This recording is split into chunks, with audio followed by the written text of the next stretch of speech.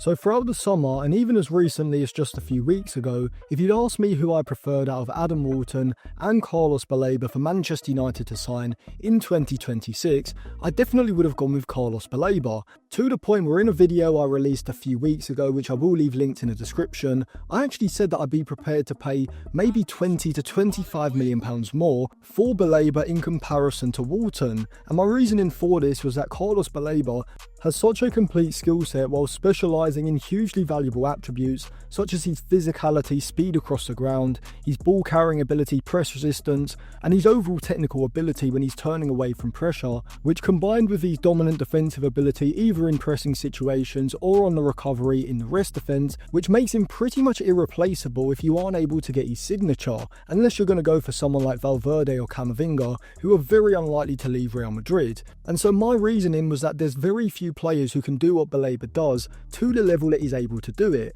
with his physical and athletic attributes specifically being the thing that really defines his game. Even Adam Wharton, who for his age is incredibly complete as a central midfielder, being highly competent both in and out of possession in multiple different phases of play. And it's not that Adam Wharton lacks speed across the ground, athleticism or physicality, because if you compare him to other creative central midfielders in the Premier League, such as McAllister, Zubimendi or even Kobbie Mainoo, he's definitely superior in all of those three attributes that I've mentioned. But the difference between him and Baleba is that Baleba specialises in all of these attributes combined, making him what is often referred to stylistically as a unicorn of a player because of how rare that type of skill set is. And so from here you can see why it would be logical to pay maybe 20 to 25 million pounds more for Baleba, because if he reaches the potential that we think he can, he may actually be worth the value of two elite level central midfielders. However, this is where I come on to where I've begun to change my mind,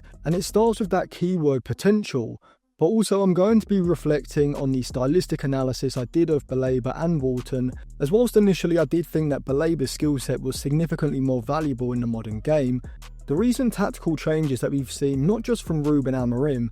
but also across a lot of elite level coaches as well, has actually made me start thinking that Adam Wharton may be the one who's actually the more valuable. And I'm going to explain exactly what those tactical changes were and how these could potentially diffuse one of Baleba's best attributes while simultaneously making Adam Wharton's skill set even more valuable than it already was. But before I get into that, if you want to check out any cheap, good quality football jerseys, go over to okjersey.com. They've got a variety of different current season and retro jerseys, including the new season 25-26 season jerseys, Manchester United home shirts, as well as some alternative shirts which they did send me as well. Depending on where you're located, you can get free shipping for all orders over $50, and you can also pick up new season shirts for as little as $15 as well. If you use code ATLANTIS at checkout, you will get a discount, so I'll leave it linked in the description and in the comment section below. So before I get into the tactical, stylistic and the statistical analysis, comparing Wharton and Baleba and specifically highlighting something that I, like many other people, was willing to overlook in the summer, and I'll come on to that in just a minute. However, the reason this has actually come up in my mind is because of how poor Baleba started the season. I mean, he's had a couple of performances this season that genuinely do show a lack of mentality. See, a lot of the time I do think that when this accusation of not caring enough is thrown at players, particularly Manchester United players, it's just misguided because the person can't specifically identify what's going wrong. And usually it's just the overall quality of the player or the role or the system that he's playing in. However, watching Baleba for Brighton this season, the only thing I can really put it down to is a lack of concentration or focus. It kind of reminds me of Caicedo when he first joined Chelsea. However, even with that example, I don't think Caicedo was lacking effort. I just think he was struggling to adapt to the pressure at Chelsea, and so as a result, he temporarily lost that composure in possession that made him so good at Brighton. But to add on to this further, the actual timing of Baleba's decline, coming only a few weeks after his move to Manchester United didn't materialise, it does make it hard to not question his mentality because of how big the decline has been. Now, it's only been a few games to be fair, and it is highly possible that he gets back to his best of last season within a couple of weeks. However, at this point in time, I would be very wary of spending over £75 million on him. I just think it's a massive risk. But also, this did actually get me thinking about the stylistic differences between the two central midfielders and the actual value of those differences. particularly in different tactical setups. Now, what do I mean by this? Well, anyone who has been following the tactical side of the game at the start of this season will have seen the clear change in ball progression strategy, not just from the bottom or the mid-table teams, but also from the top teams like Arsenal and Manchester City, with even these level of teams actually refraining from playing out of pressure.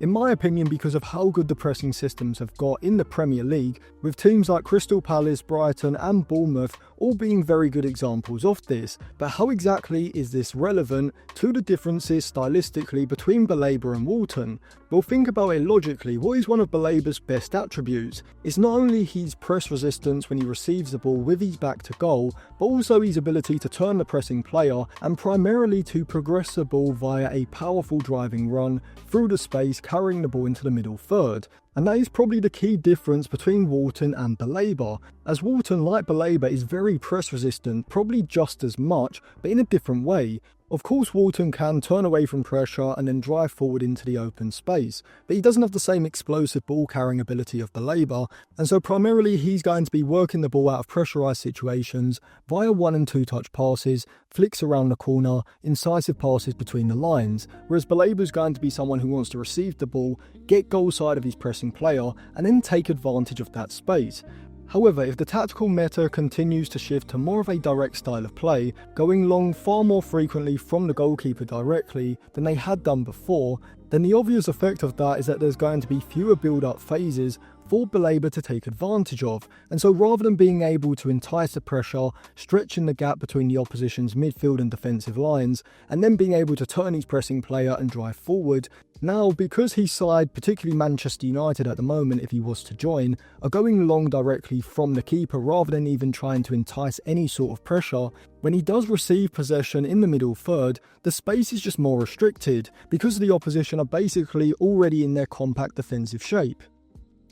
And so this is where Adam Wharton's skill set may become more valuable, because whilst when the opposition are pressing you high in your defensive third, the ball carrying ability that Baleba possesses is hugely valuable when it comes to progressing the attack and creating artificial counter-attacking opportunities. In deeper areas against compact defensive shapes where the space is congested, Adam Wharton's incisive and creative passing ability the majority of the time is probably going to be more valuable than Baleba's ball carrying into space. But another thing I talked about in the summer, which I probably should have paid a bit more attention to, was Baleba's statistical profile, at least in terms of his ball progression anyway, in comparison to the likes of Adam Wharton and Elliot Anderson. And we can see this because Baleba has a ball progression efficiency rating of 0.51, which is a significant distance behind the likes of Elliot Anderson with 0.86, and Bruno Fernandes and Adam Wharton way out in front with 0.95.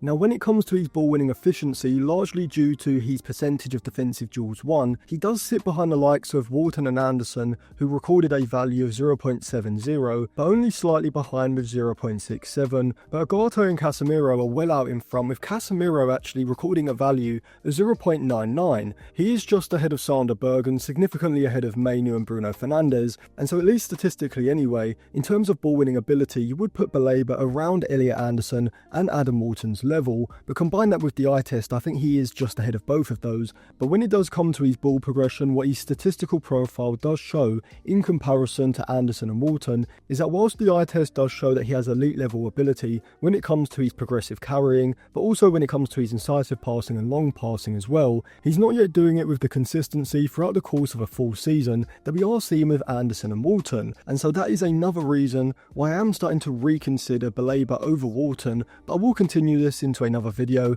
also bringing up some more points before coming to a full conclusion on who I prefer out of Adam Wharton and Carlos Baleba and what I would value both players at. And so if you are interested in that video, make sure you subscribe to the channel and give the video a like. And if you do want to pick up any cheap, good quality football jerseys, go over to okjersey.com. You can use code Atlantis at checkout for a discount. And you can also sign up for my Patreon and get a 7-day free trial. So I'll leave that linked on the end screen with the OK Jersey link in the description and in the comments section below.